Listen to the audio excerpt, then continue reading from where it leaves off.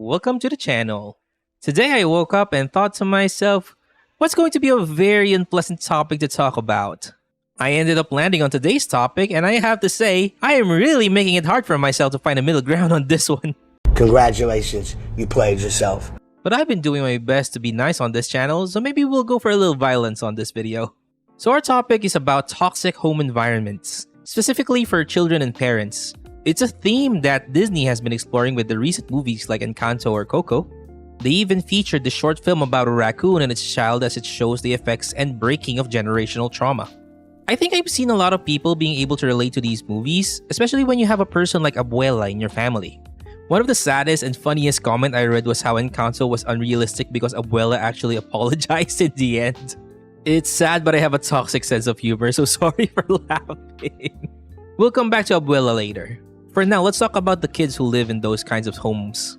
One of the things that is a telltale sign that someone came from a toxic home is how they feel when they move out. These people feel relief, like it was the first time they were able to breathe in a very long time. I'm free! And let's not kid ourselves, moving out and becoming independent is not easy. A lot of people come to miss their home life because they didn't know how good they had it until they needed to take on all of the responsibilities on their own.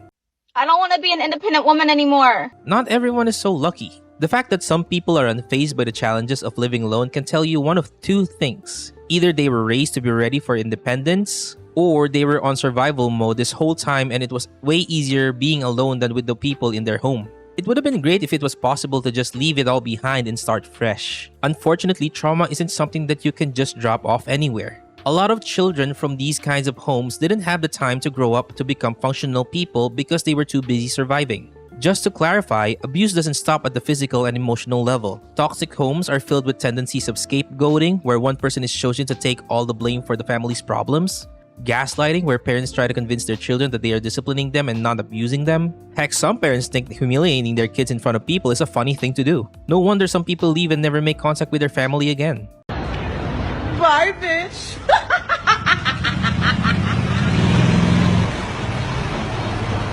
Now let's talk about the parents. I am not and will not excuse bad parenting. I do believe that we need to understand where such behaviors come from so that we can help people do better and be better. This is assuming that people are open to self-improvement. Some people out there are probably too busy being offended to do some self-reflection.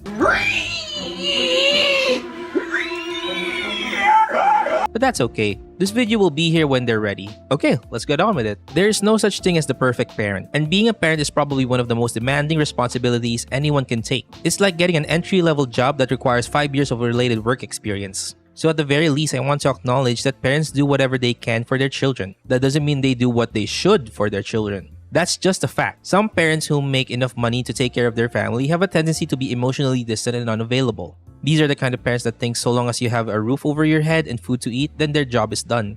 You're goddamn right. Some parents just don't have enough time to cater to their children's every need because they need to work to provide for their family. They are forced to be distant because time simply doesn't allow them to make that emotional connection. Then there are those people who are continuing the cycle of generational trauma. They continue to apply the kinds of parenting that they were exposed to because that is the only thing they knew.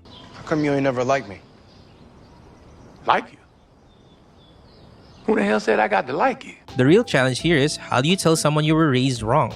Because there are people out there who came from toxic backgrounds but are good people. It takes a lot of strength and wisdom to not pick up the negative aspects of your environment. But even then, some people turn into their parents. I don't think there are truly hopeless cases. People have the capacity to change. The real question is, are they willing to change?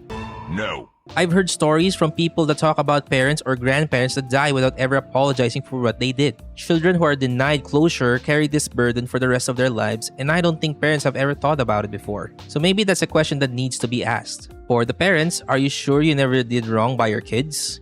Are you sure you did every aspect of your job to the best of your abilities? Are you sure that they understand that you hurt them for their own good? That last question is interesting, don't you think? Do kids understand that sometimes you hurt them for their own good? Can kids really understand that some painful things are good for them? Some do, some don't. Sometimes it feels like a coin flip. 50-50, would you risk it? Or can we find a better way? Settle up, nigga, let's play. There are a lot of children who grew up without being able to forgive their parents. There are parents who never even try to reconcile with their children when they grow up. I can understand that it's a trauma thing for the kids, but what excuse do parents have? Ego? Self-righteousness? Shame? Should we continue to live in a world where parents can't apologize to their children? Should we continue to live in a world where children can no longer find it in their hearts to forgive and reconnect? It may not be realistic, but I prefer a world where Abuela can apologize and Mirabel can forgive. I wish it was our world, but I have hope we will get there. To the children, I know it's been painful. I know it's been traumatic. I wish you can heal.